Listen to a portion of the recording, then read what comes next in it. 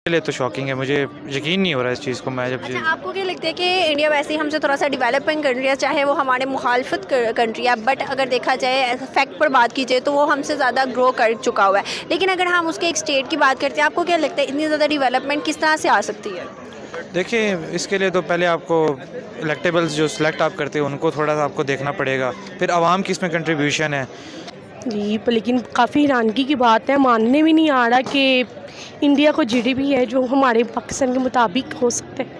हाँ बिल्कुल, तो आपको क्या लगता है कि इतनी ज़्यादा डेवलपमेंट उन्होंने की है, क्या रीज़न लगती है कि जो पूरा पाकिस्तान एक स्टेट के मुताबिक माना जा रहा है? पाकिस्तान में इतनी टेक्नोलॉजीज़ नहीं है, इंडिया में काफ़ी सारी टेक्नोलॉजीज़ है जिसकी वजह से वो काफ़ी ग्रोइंग कर रहा है, यानी कि और पाकिस्तान वहीं का वहीं है। हाँ, इसीलिए तो यार सबसे पहली बात यह है कि अगर आप इंडिया की बात करते हैं तो इंडिया बहुत बड़ा है रकबे के लिहाज से भी और इंडस्ट्री के लिहाज से भी।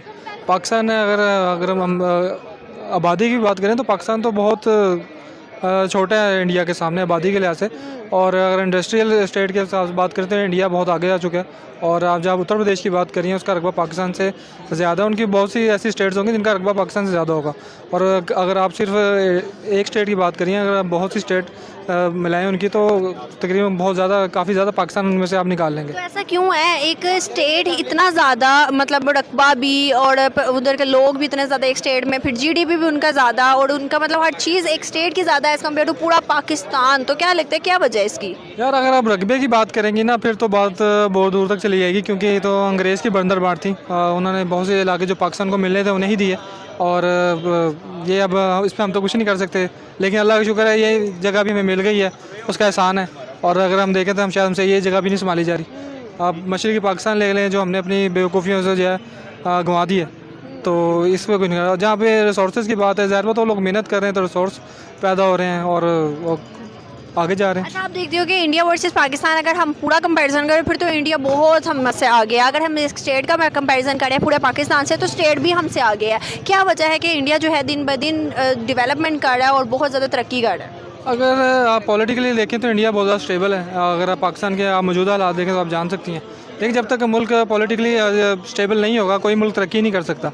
ज़ाहिर बात है जब मुल्क स्टेबल होता है, पॉलिटिक्स अच्छी पॉलिटिक्स होती है वहाँ पे तो बाहर की आवाम से अट्रैक्ट होती है और ज़्यादा इन्वेस्टमेंट करती है। लेकिन जब अगर आप पॉलिटिकल देखें, अगर आप स्टेबल नहीं होंगे तो कोई भी रिस्क नहीं लेगा आपके मुल्क में इन्वेस्टमेंट करने की। उनको पता नहीं होता कल कौन सी गवर्नमेंट आ जाएगी, अपनी पॉलिसी चेंज कर दी, उनका पैसा डूब ना जाए, तो कोई भी मुल्क जल्दी नहीं आता। दूसरी है कि वो जो इंडिया है वो फॉरेन इन्वेस्टर्स को बहुत ज़्यादा फैसिलिटेट कर रहे हैं और हम उनको फैसिलिटेट नहीं कर रहे, ना कर सकते हैं, क्योंकि हमारे पास इतने रिसोर्सेज नहीं है। पाकिस्तान के जो मौजूदा हालात हैं आप जानती हैं कि पाकिस्तान के पास इतना कोई सोर्सेज नहीं है कि वो फैसिलिटेट कर सकें, क्योंकि अगर हम फैसिलिटेट करते हैं तो हमारे जो मुल्की ख़जाना उस पर बोझ पड़ता है। तो हम पहले ही इस कंडीशन में नहीं है, हमारा मुल्क मज़ीद जो है डाउनफॉल की तरफ चला जाएगा। तो हमारी मजबूरी बनेगा कि हम बाहर इन्वेस्टर्स जो आते हैं उनको फैसिलिटेट ज़्यादा नहीं कर सकते। तो अगर हम अपनी जो है वो इम्पोर्ट बेहतर कर लेते हैं तो उससे डेफिनेटली हम लोग जो है मज़ीद जो है आगे ऊपर के प्रोसेस की तरफ गामज़न होंगे।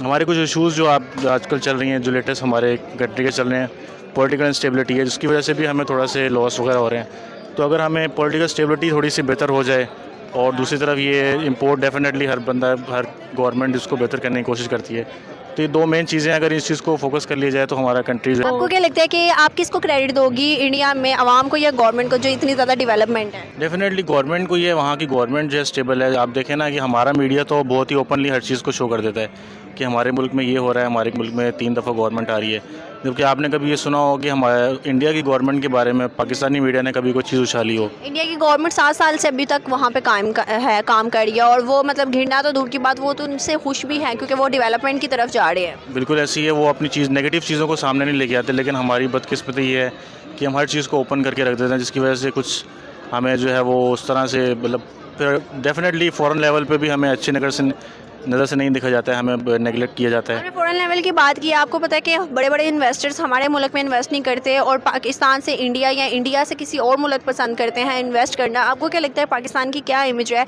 जिसकी वजह से हम लोगों में इन्वेस्टर जो है इन्वेस्ट नहीं करते? डेफिनेटली आप देखें ना, जब पॉलिटिकल स्टेबिलिटी नहीं होगी तो गवर्नमेंट जो है वो स्टेबल नहीं होगी, तो कोई भी फॉरेन इन्वेस्टर है वो इन्वेस्ट किस तरह से करेगा, उसके रिलेशन उस तरह बनेंगे नहीं कि गवर्नमेंट के साथ। तो जब वो रिलेशन बेस पे जब तक कुछ चीज़ नहीं होगी तो वो आगे इन्वेस्ट किस तरह से करेगा? वो डेफिनेटली 10 बार सोचेगा कि मैंने देखिए हमारे इंडिया के साथ जो भी इख्तलाफात हैं और मोदी के साथ हमारे जो भी इख्तलाफात हैं, मोदी बेशक पाकिस्तान के हक़ में अच्छा नहीं होगा, लेकिन मोदी अपने मुल्क के हक़ में और अपनी आवाम के हक़ में बहुत अच्छा है। तो वो अपने मुल्क को तरक्की करने के लिए जो इकदाम उठा रहा है बहुत अच्छे उठा रहा है। और किसी भी मुल्क के सदर या वज़ीर आज़म को अपने मुल्क की तरक्की के लिए अच्छे से अच्छे इकदाम उठाने चाहिए। हमारे वज़ीर आज़म को भी अपने मुल्क की तरक्की के लिए जो इकदाम वो कर सकते हैं करने चाहिए। इसके लिए तो देखें आवाम का काफ़ी इसमें वो है, गवर्नमेंट भी है इसमें, गवर्नमेंट की काफ़ी इंपॉर्टेंट कंट्रीब्यूशन है, बट आवाम जो है ना मेन, क्योंकि मुल्क चलता आवाम से है। जितने ज़्यादा लोग, इंडिया एक मार्केट है पूरी, पाकिस्तान में अगर 100 बंदा है तो इंडिया में 200 है उसके मुकाबले में। फिर जिसने भी अपना प्रोडक्ट लेकर आना है वो 200 बंदों के पास ही लेकर आएगा, क्योंकि बिकने के ज़्यादा चांसेस हैं। अच्छा, जैसे कि आप जानती हैं आईफोन की अगर आप सिर्फ बात कर लें तो पहले ये मेड इन हंगरी के नाम से आता था या मेड इन चाइना था, लेकिन आप देखें अब मेड इन इंडिया के नाम पूरी दुनिया में जो एक्सपोर्ट किया जा रहा है। तो इस तरह बहुत सी प्रोडक्ट्स हैं जो पहले किसी और मुल्क के नाम से। आईफोन जो है 13 प्रो मैक्स भी इंडिया में लॉन्च हुआ है और इंडिया में मैन्युफैक्चरिंग है, उस बारे में आपका क्या ख्याल है? देखिए बहुत अच्छी बात है, वो तरक्की कर रहे हैं, मेहनत कर रहे हैं। और कोई भी मुल्क तरक्की करे उसके तरक्की से जेलस नहीं होना चाहिए, बल्कि उसके देखना चाहिए उन्होंने किन फुट स्टेप पे अमल किया है जो वो तरक्की कर रहे हैं, तो उन फुट स्टेप को फॉलो करना चाहिए। इसमें कोई शर्मिंदगी वाली बात नहीं है।